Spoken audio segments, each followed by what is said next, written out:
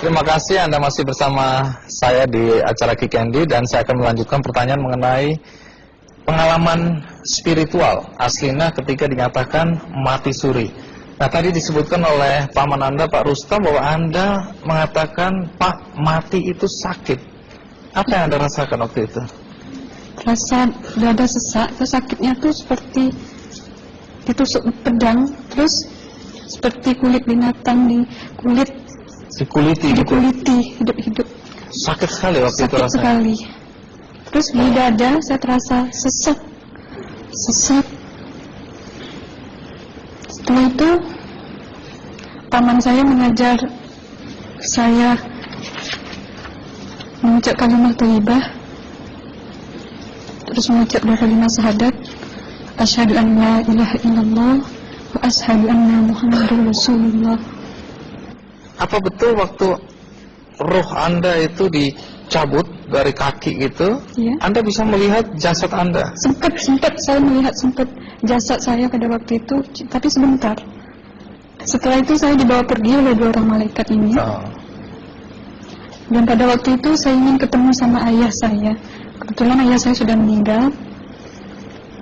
Dan suatu ayah saya meninggal, dia berusia 55 tahun. Setelah saya ketemu di sana, dia tuh berusia muda. Kok muda? Berusia 17 sampai 20 saya perkira. Anda sempat ngobrol dengan ayah? Sempat. Apa yang Anda sampaikan? Waktu itu ayah nangis. Ayah saya bilang, kenapa kamu kesini nak? Pulanglah, di rumah tidak ada orang. Kasihan lihat ibumu dan adik-adikmu. Tidak ayah, janjiku sama Allah sudah sampai. Dan pada waktu itu ayah saya menangis. Lalu apa yang dia ucapkan? Diam aja dia, tersilang. Kembali ke malaikat tadi, bentuk yang Anda lihat seperti apa malaikat ini?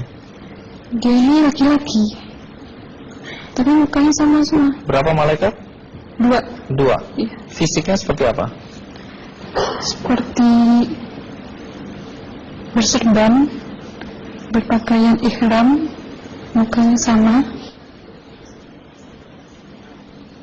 Wajahnya seperti apa? Wajahnya sulit saya gambarkan. Yang jelas dia ini sama, dua-dua itu sama rupanya. Apakah ada ucapan dari 2 sosok yang Anda anggap malaikat itu? Ada. Apa kata mereka? Waktu itu saya mengalami perjalanan spiritual. Saya disoal oleh malaikat itu dengan sebutan ma ayyutuka, siapa Tuhanmu, katanya. Waktu itu ruh saya menjawab, Tuhanku adalah Allah. Siapa pemimpinmu? Pemimpinku adalah Nabi Muhammad sallallahu alaihi wasallam. Mana kiblatmu? Kiblatku adalah Ka'bah. Siapa kedua orang tuamu? Siapa saudara maramu? Terus saya diperjalankan. Setelah itu kedua orang malaikat ini memimpin tangan saya, tangan kiri saya, membawa saya ke satu tempat, menduduki saya di sebuah kursi. Pada waktu itu kursinya tuh empuk, mungkin 8 busanya ya, cantik. Terus di sana saya duduk. Di sebelah kanan saya ada tiba-tiba berwujud seorang perempuan. Dia mengaku amal. Kamu siapa? Kata saya. Aku adalah amalmu semasa kamu hidup di atas dunia. Dan selama kamu di sini, saya akan menemanimu sampai yaumul akhir, itu katanya. Dan pada waktu itu saya melihat perempuan-perempuan solehah berpakaian muslimah, berkerudung, mencium pipi kanan, pipi kiri. Mungkin salam perkenalan pertama waktu menduduki di situ.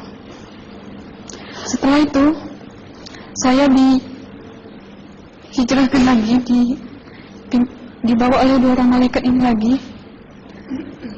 melihat dosa-dosa besar ya.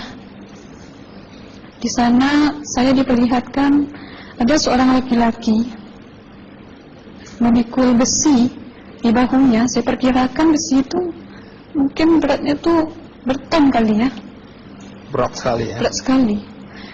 Terus dia berjalan nggak sampai-sampai ke tujuannya, berlumuran darah nanah, baunya na'udzubillah misalnya.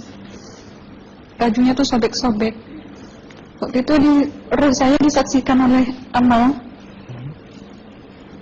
Saya tanya kepada Amal, roh tanya sama Amal, wahai Amalku, dosa apakah yang manusia ini lakukan sewaktu ia hidup di atas dunia? Amal menjawab pada waktu itu, sewaktu manusia ini di atas dunia, dia ini adalah menyantet orang, meneluh orang, sehingga dia berjalan nggak sampai yaumul akhir katanya. Yang kedua, saya melihat ada seorang laki-laki saling bunuh-membunuh. Sebentar kayak gitu lagi. Waktu itu, suatu manusia ini hidup di atas dunia, dia adalah seorang pembunuh, hingga dia tidak mau bertanggung jawab terhadap orang yang dibunuhnya. Terus yang ketiga, saya melihat ada seorang laki-laki dihujam kemaluannya pakai besi panas, timah panas itu ya, hingga menembus. Waktu itu roh bilang sama Amal, wahai Amalku, dosa apakah yang manusia ini hidup di atas dunia? Amal waktu itu menjawab, suatu manusia ini hidup di atas dunia, manusia ini adalah seorang perzina. Setelah itu saya melihat ada seorang laki-laki disebati oleh rotan.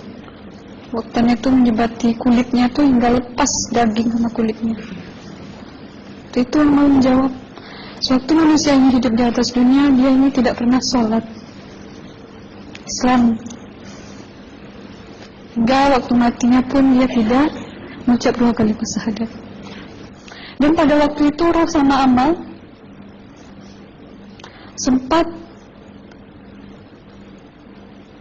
menghafiz Quran pada waktu itu dengan harapan supaya orang manusia yang Allah siksakan ini bisa terampuni dosanya. Jadi masih sempat waktu itu ya? Iya, roh sama Amal yang menghafiz Quran, bertahzim, bersalawat, baca ayat 1000 dinar, membaca Yasin. Tapi sayang, bahkan tambah banyak Allah tidak mengampuni dosa-dosa mereka, sayangnya. Setelah itu, akhirnya yang terakhir kali berzikir. Zikir saya pada waktu itu, subhanallah, walhamdulillah, wa la ilaha illallah, wallahu akbar, la haula wa la quwwata illa billahil aliyyil azim. Sekuat-kuatnya nada saya berteriak. Tiba-tiba saya merasakan detik jantung ya. Waktu itu mungkin paman saya yang menyaksikan. Itu saya koma. Disitulah sebenarnya Anda kembali ke jasad ya? Iya, benar. Jadi banyak sekali Anda menyaksikan kejadian-kejadian di alam sana ya. Nah, menarik karena waktu kami menghubungin Mbak Aslina, pada dasarnya Mbak Aslina keberatan menceritakan kembali kisahnya. Tapi kalau toh akhirnya Anda mau sampai di sini dan Anda sudah bercerita, apa harapan Anda pada orang-orang yang mendengarkan kisah ini? Ya, harapan saya pertama, ya lebih banyak mumpung menyambut puasa ya, lebih banyak mendekat diri aja sama Allah, perbanyakkan amalan soleh, perbanyakkan zikir, perbanyakkan sholawat, baca Quran, dan sebagainya. Itu harapan Anda ya? Iya. Baik, terima kasih Mbak Aslina ya, sudah datang dari Bengkalis.